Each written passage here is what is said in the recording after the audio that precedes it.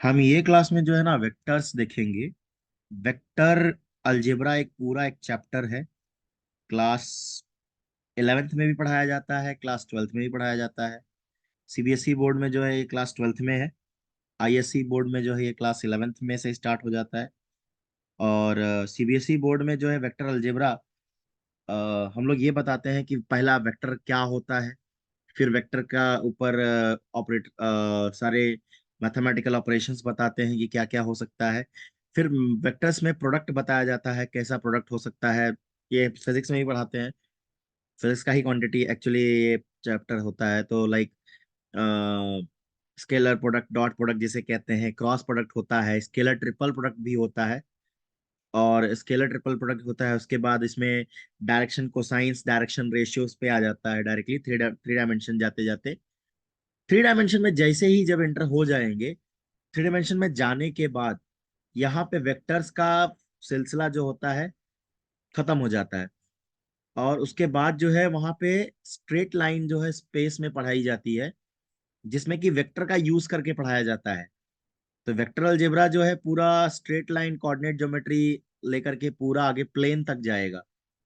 हालांकि हम लोग अभी सीरियल वाइज देखते हुए जाएंगे कि एक एक क्वांटिटी में कैसे चला जाए।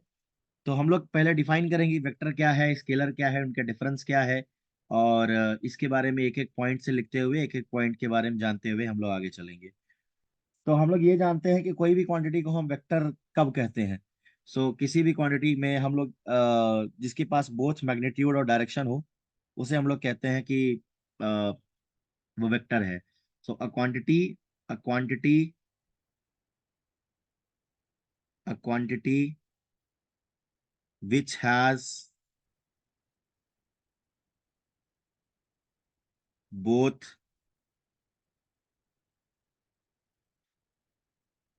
मैग्नीट्यूड and direction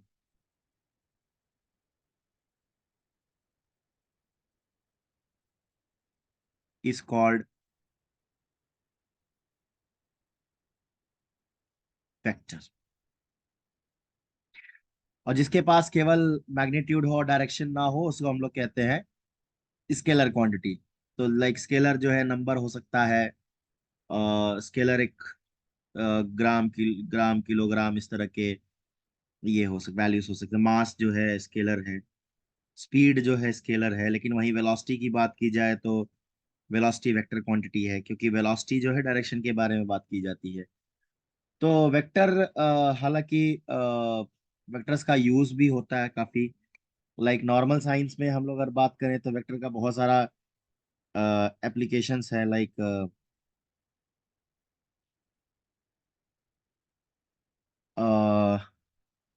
जैसे कि एस्ट्रोनॉमी में यूज होता है इसका, बॉम्बिंग प्रॉब्लम्स में यूज किया जाता है, मेटीरियोलॉजी में यूज होता है, बहुत सारे प्रॉब्लम्स है, ग्रेविटेशनल फोर्सेस के बारे में पढ़ाई जाती है। स्पेस ट्रैवल में इसरो, ये सब जगह, बहुत सारे जगह वेक्टर्स में इसके ऊपर रिसर्च होते हैं। हम वहाँ इतने डीप में नहीं जाएंगे, मैथ्स का काम मैथ्स में रखेंगे। और अब हम जाते हैं कि वेक्टर्स को इनिशियल जो पॉइंट है वो होता है directed line segment. Directed line segment, इसका स्टार्टिंग पॉइंट जो होता है वो डायरेक्टेड लाइन सेगमेंट से स्टार्ट होता है। तो डायरेक्टेड लाइन सेगमेंट जो होता है उसके बारे में हम देखेंगे कि इसको कैसे डिफाइन किया जाता है। तो ये एक लाइन सेगमेंट होता है, एक लाइन सेगमेंट ही होता है। ए directed line segment is a line segment. A directed line segment is a line segment. ये लाइन सेगमेंट ही होता है, लेकिन with an arrowhead with an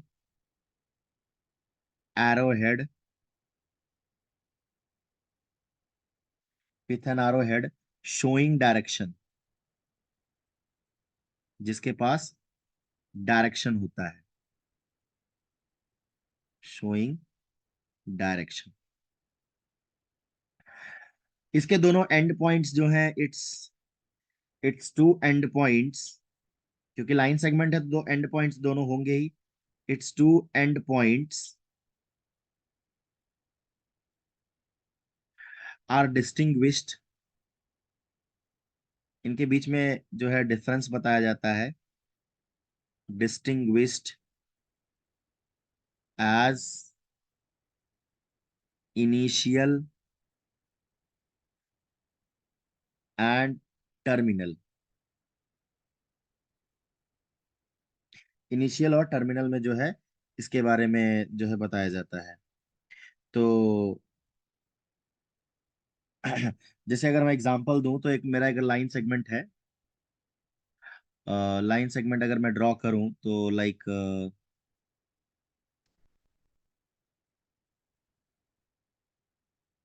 इस तरह से मैं लाइन सेगमेंट को ड्रॉ करूंगा, और ये मेरा लाइन सेगमेंट हो गया। और ये जो है इसके पास एंड पॉइंट्स है, तो मैं मान लेता हूँ कि इसके एंड पॉइंट्स जो है, यहाँ पे एक एंड पॉइंट है और एक यहाँ पे एंड पॉइंट है। तो मैं इसको एरो से दिखाऊंगा, एरो दिखाऊंगा इस तरह से। और मान लीजिए कि पॉइंट जो ए है और ये बी है, तो ये जो डायरेक्टेड लाइन सेगमेंट कहा जाएगा। तो इसके मैं इसका जो सिंबल होता है दिखाने का, इसका इनिशियल पॉइंट ए है, इसका टर्मिनल पॉइंट बी है। तो इसका it is denoted by the symbol, it is denoted by the symbol, by symbol A B bar. हम लोग पहले से ए बी बार से दिखाएंगे। तो अच्छा, डायरेक्टेड लाइन सेगमेंट जो है ये बताता है कि अगर ए बी बार हमने एक बार लिख लिया, मतलब ए से स्टार्ट करके बी की तरफ जा रहे हैं, तो बी ए बार जो है उल्टा हो जाएगा उसका। बी ए बार ठीक उसका उल्टा रहेगा। तो इसका मतलब, कहने का मतलब है कि A B bar is not equal to B A bar. अगर इक्वल टू नहीं है तो वो है क्या एक्चुअली? एक्चुअली देखा जाए तो A B bar is nothing but the minus of B A bar. B A bar का उल्टा, एक दूसरे का उल्टा लिख सकते हैं चाहे। और बी ए बार इज, और B A bar is minus of A B bar, A B bar का उल्टा, ए बी बार का उल्टा। अब जो है डायरेक्टेड लाइन सेगमेंट को लगते क्या क्या है, क्या क्या क्वांटिटीज हैं जो लगने लग सकती हैं, तो उसके बारे में हम लोग देखेंगे क्या क्या लगता है। तो इसके लिए हम लोग बोलते हैं कि characterization of line segment, characterization of directed line segment, characterization of directed line segment. तो कैरेक्टराइजेशन में पहला इसके जो इसके सब पार्ट्स हैं, पहला आता है इसका लेंथ। पहला इसका आता है लेंथ। कोई भी डायरेक्टेड लाइन सेगमेंट होगा, मान लीजिए एक लेट कि A B bar B a directed line segment, directed line segment.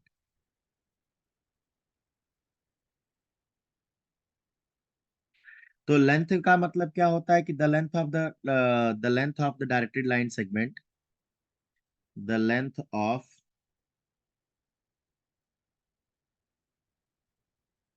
The directed line segment, the length of the directed line segment A B bar will be denoted by, इसको denote करने का तरीका जो होता है, denoted by the symbol A B bar का modulus, magnitude. अच्छा, अगर लेंथ की बात की जाए तो ए बी बार का और बी ए बार का लेंथ एक ही होता है, भले उनका डायरेक्शन अलग हो, लेकिन ए बी बार का लेंथ और बी ए बार का लेंथ जो होता है एक ही होता है। तो क्योंकि लेंथ जो है डिस्टेंस जो है स्केलर क्वांटिटी होती है, तो स्केलर क्वांटिटी में डायरेक्शन से लेना देना नहीं है, मैग्नीट्यूड सेम होना चाहिए। उसके बाद आता है सपोर्ट। सपोर्ट, सपोर्ट का मतलब है कि डायरेक्टेड लाइन सेगमेंट किस का पार्ट हो सकता है। एक तरह से कह सकते हैं कि स्ट्रेट लाइन होता है जिसका अनलिमिटेड लाइन लाइन होता है, और जिसका एक पार्ट होता है। तो द मैं डायरेक्टली, जो लाइन होता है उसको हम लोग बोलते हैं लाइन ऑफ सपोर्ट। तो straight line, the straight line कोई भी एक स्ट्रेट लाइन होगी जिसका ऑफ अनलिमिटेड लेंथ ले सकते हैं या इनफाइनाइट लेंथ ले सकते हैं। तो infinite length of which A directed line segment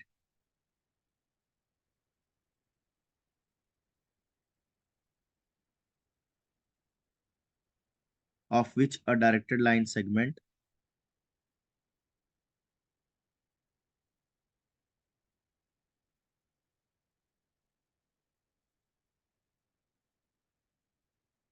directed line segment uh, is a part उसका एक पार्ट है,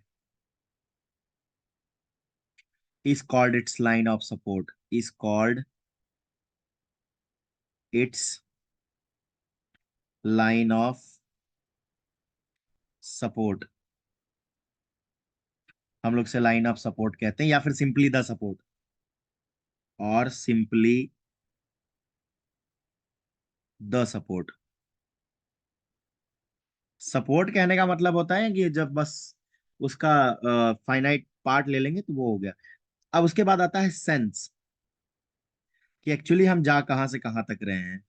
सेंस का मतलब जो एक्चुअल डायरेक्शन बताता है। तो सेंस ए बी बार, मैं डायरेक्टली लिखता हूं, sense A B bar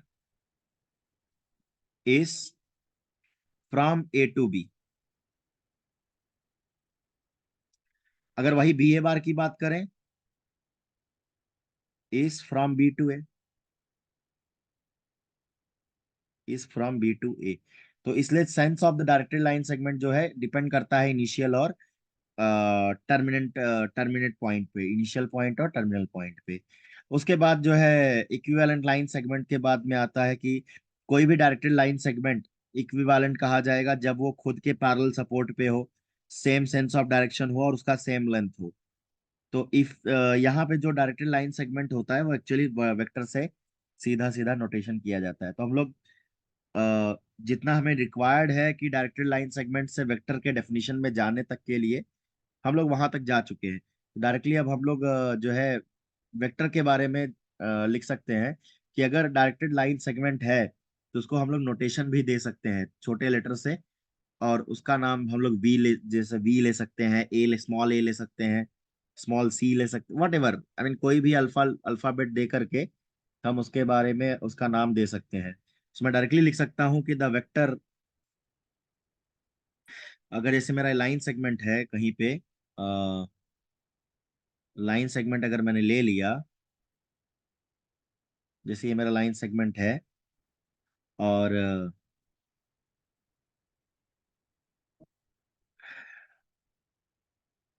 A B bar, A B बार, मान लीजिए यहाँ पे ये जो है ए बी बार है, तो बार बार ए बी बार लिखने से अच्छा कि मैं इसको दूसरा नाम दे सकता हूँ वी बार, वी बार। तो इसका the vector from A to B, मैं डायरेक्टली इसका नोटेशन लिखता हूँ, notation of the vector. Heading होगी इसकी notation of the vector, notation of the vector.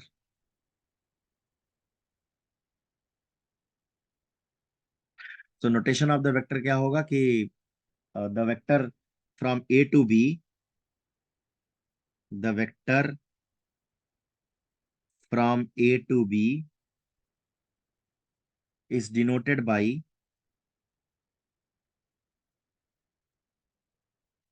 AB bar, is denoted by AB bar, and the vector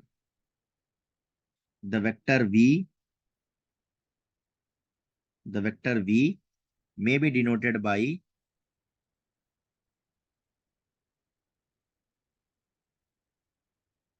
V bar.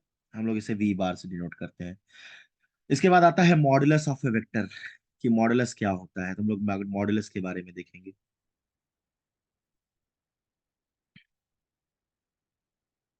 Modulus of A vector, कि modulus basically देखा जाए तो उसका magnitude बताता है, उसका लेंथ क्या है।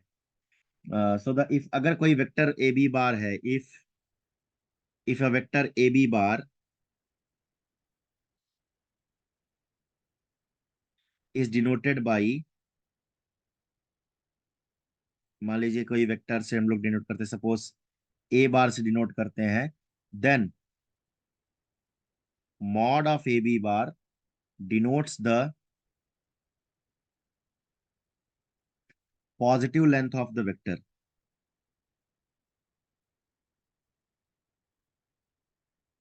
Positive length of the vector,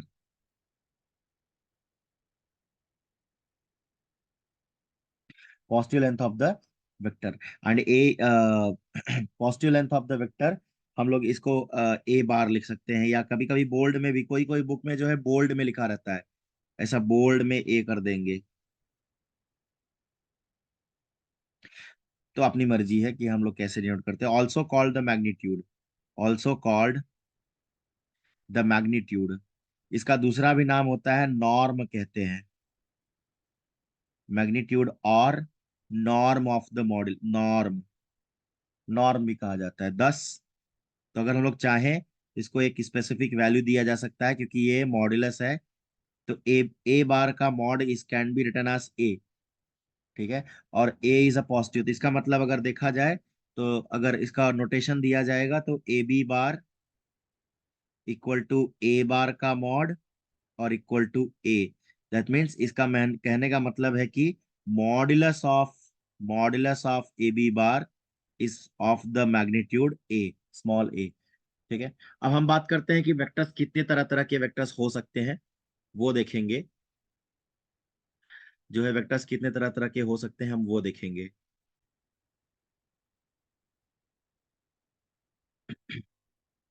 तो हम लोग अब चलते हैं टाइप्स ऑफ वेक्टर्स के बारे में देखने के लिए कि क्या क्या टाइप्स हो सकते हैं।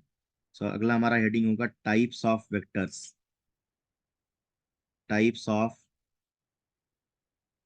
वेक्टर्स।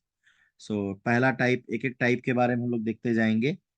तो पहला टाइप है जिसे कहते हैं लाइक वेक्टर्स, लाइक वेक्टर्स। दो वेक्टर्स को अगर हम लोग लाइक वेक्टर्स कहना चाहें तो two vectors A bar and B bar are said to B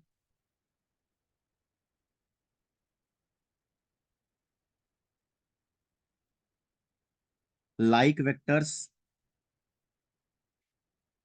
if they have the same direction, they have the same direction,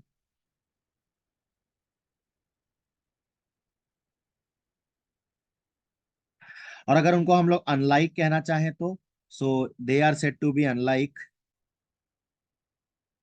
they are said to be unlike vectors if they have opposite direction।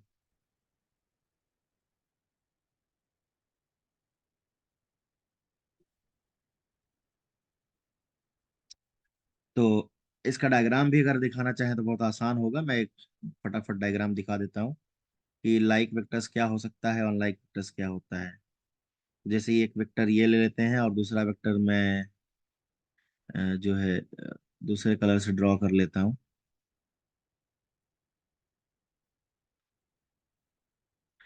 तो अगर इन दोनों का direction अगर same है, इन दोनों का direction अगर same है, जैसे ये मान लीजिए एक वेक्टर ए बार है, ये वेक्टर बी बार है, तो ये दोनों ए बार एंड बी बार इस केस में लाइक वेक्टर्स होंगे।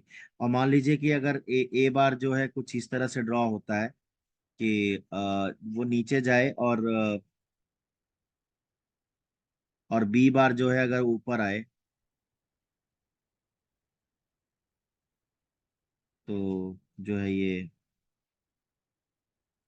फॉर सपोज कि ये ऊपर की तरफ हो और ये नीचे की तरफ हो, इसका मतलब इसका डायरेक्शन कुछ अलग है और उसका डायरेक्शन कुछ अलग है, तो ये अनलाइक का केस होगा। तो मैं यहाँ लिख देता हूँ लाइक और यहाँ लिख देता हूँ अनलाइक। ऑफ कोर्स दोनों वेक्टर्स की क्वांटिटी है तो मैं वेक्टर्स के बारे में बता रहा हूँ। तो like vectors and unlike vectors. इसके बाद आता है जो है क्वांटिटी है कॉल्ड नल वेक्टर या जीरो वेक्टर। नल और जीरो वेक्टर। सो वेक्टर जिसका मॉडुलस जीरो हो, a vector, vector whose magnitude,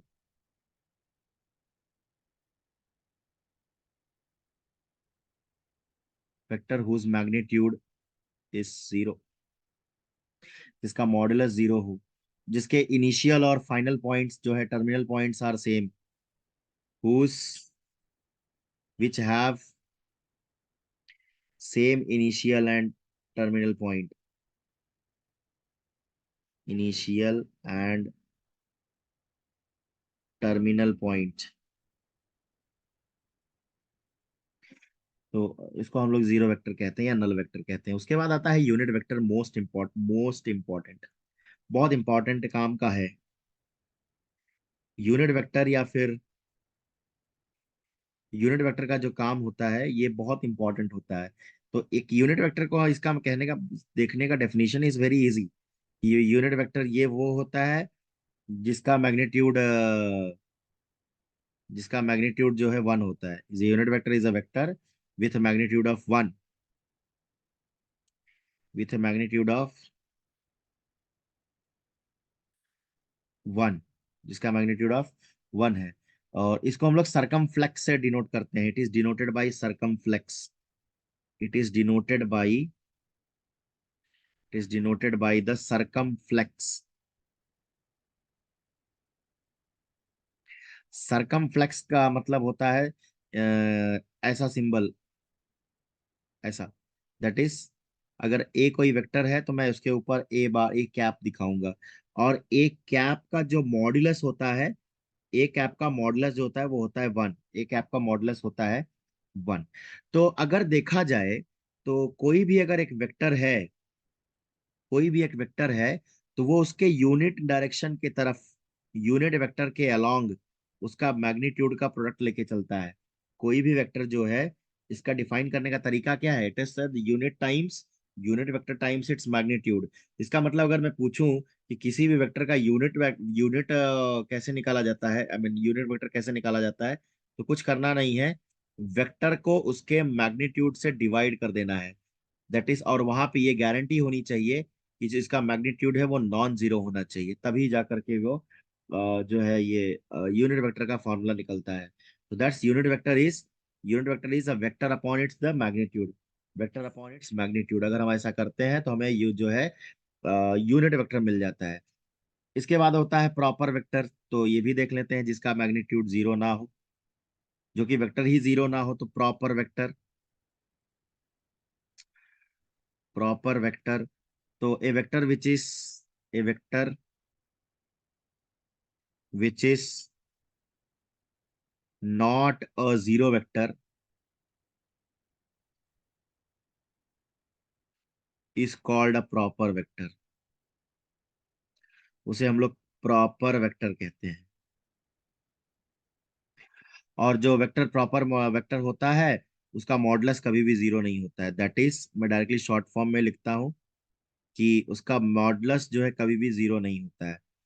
इसके बाद होता है इक्वल वेक्टर्स। दो वेक्टर्स इक्वल वेक्टर्स तभी कहे जाएंगे जब उनका डायरेक्शन भी सेम हो और उनका मैग्नीट्यूड भी सेम हो, तो इक्वल वेक्टर्स। तो two vectors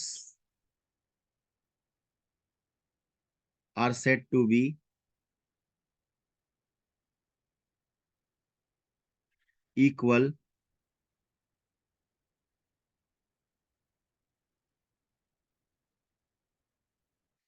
when they are, when they have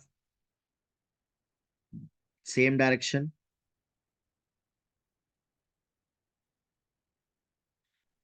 and are of equal magnitude।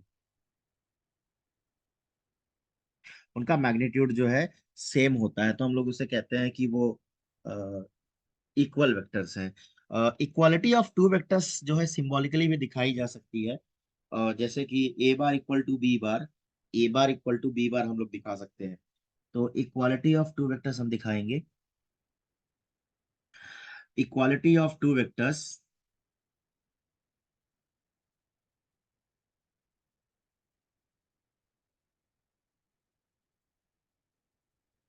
A bar and B bar symbolically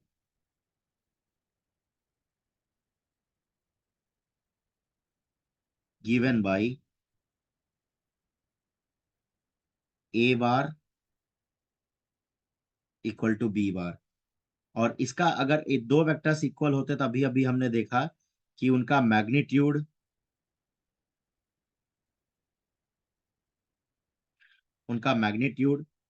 और और वो दोनों जो है सेम सपोर्ट पे चलने चाहिए। अब सेम डायरेक्शन में जाने का मतलब क्या है, दोनों का पैरेलल, दोनों का सपोर्ट सेम होना चाहिए, दोनों का डायरेक्शन सेम होना चाहिए, दोनों का सेंस सेम होना चाहिए। इसलिए हम लोग कहते हैं कि दो वेक्टर्स कभी भी इक्वल होंगे तो उनका जो है डायरेक्शन और उनका जो मैग्नीट्यूड वो सब सेम होना चाहिए।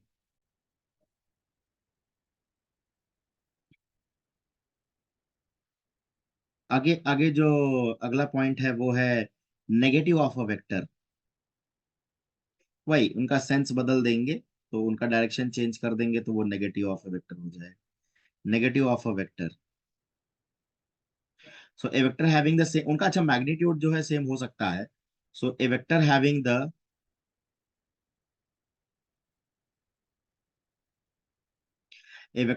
The same modulus,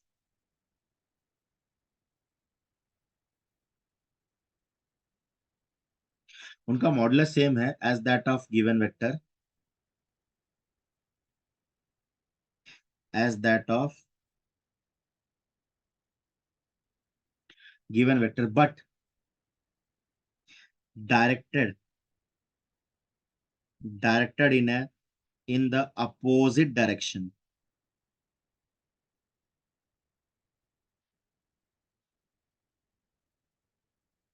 In the opposite direction is called a negative vector,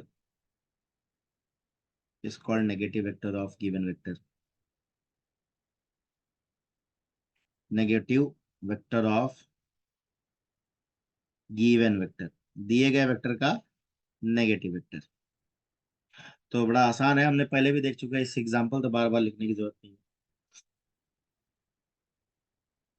अगला पॉइंट है coinitial vector.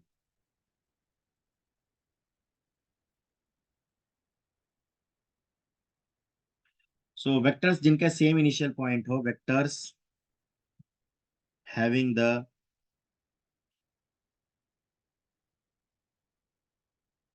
Same initial point are called coinitial vector.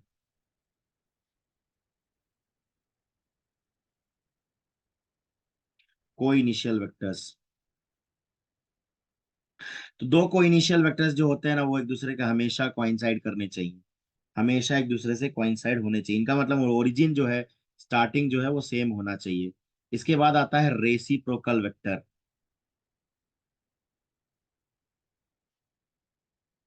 Reciprocal vectors क्या होते हैं वो देखते हैं। Two vectors are said to B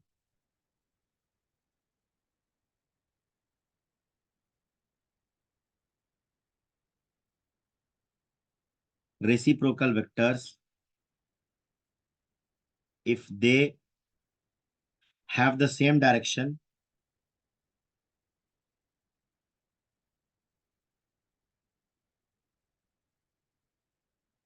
if they have the same direction but whose modulus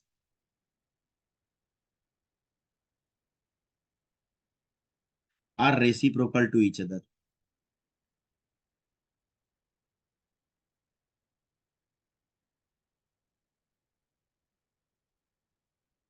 वो reciprocal to each other होते हैं।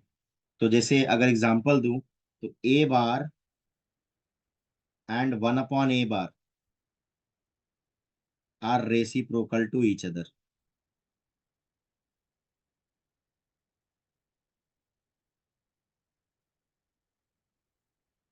ए bar और 1 अपॉन ए बार जो है वो रेसिप्रोकल टू ईच अदर होते हैं। इसके बाद आता है जो है फ्री वेक्टर्स। फ्री वेक्टर्स जो होते हैं कि अच्छा, फ्री वेक्टर से पहले एक कंसेप्ट आता है जिसको कहते हैं लोकलाइज्ड वेक्टर। Localized vector.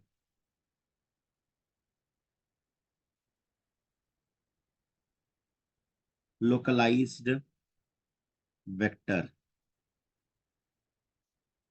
तो वेक्टर जो जो कि किसी पॉइंट से गिवन दे दिया जाए कि भाई इसको वहीं से जाना है, जैसे एक ट्रेन है, अगर ट्रेन को बता बता दिया जाए कि ट्रेन को दिल्ली होके ही जाना है तो वो लोकलाइज हो जाती है, इसका मतलब उसको रेस्ट्रिक्शन डाल दिया गया है।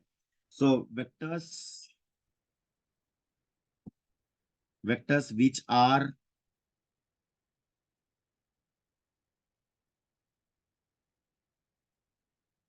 restricted to pass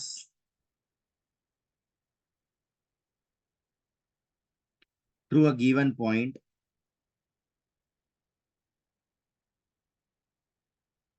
भले वो ओरिजिन ही हो सकता है वो ओरिजिन हो, इसमें कोई गलत ये नहीं है, are called localised vector.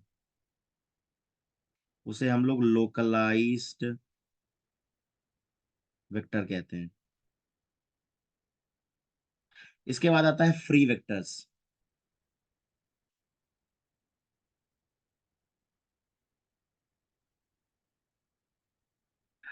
So a vector is said to be free if it is non localized. सबसे बढ़िया एग्जांपल होता है इलेक्ट्रॉन्स। इलेक्ट्रॉन्स को अगर जैसे अगर हम लोग देखें तो फिजिक्स में जब किसी भी कंडक्टर में इलेक्ट्रॉन पहले तो फ्री वेक्टर रहते हैं, फ्री इलेक्ट्रॉन्स रहते हैं, कोई भी उनके ऊपर बर्डन नहीं रहता है, कोई दबाव नहीं रहता है। लेकिन जैसे ही वो आउटर कांटेक्ट में आते हैं किसी सोर्स से, कंडक्टिव सोर्स से अगर कांटेक्ट में आते हैं तो वो लोकलाइज्ड बन जाते हैं। वो एक पाथ चुन लेते हैं जहां से उन्हें पास होके जाना ही है। तो vector is said to be free, is said to be free और नॉन लोकलाइज्ड, और non localized vector if its origin can be taken, if its origin can be taken anywhere in space।